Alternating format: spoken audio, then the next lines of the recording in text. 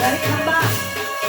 નાની નાની ડોકે બચારી માવતું લઈ પણ ગયા મોજ ગયા ભેગા ભેગા એમાં રાધાને હસતા આપણે જુઓ એટલા મોજમાં છે હસતા ગયો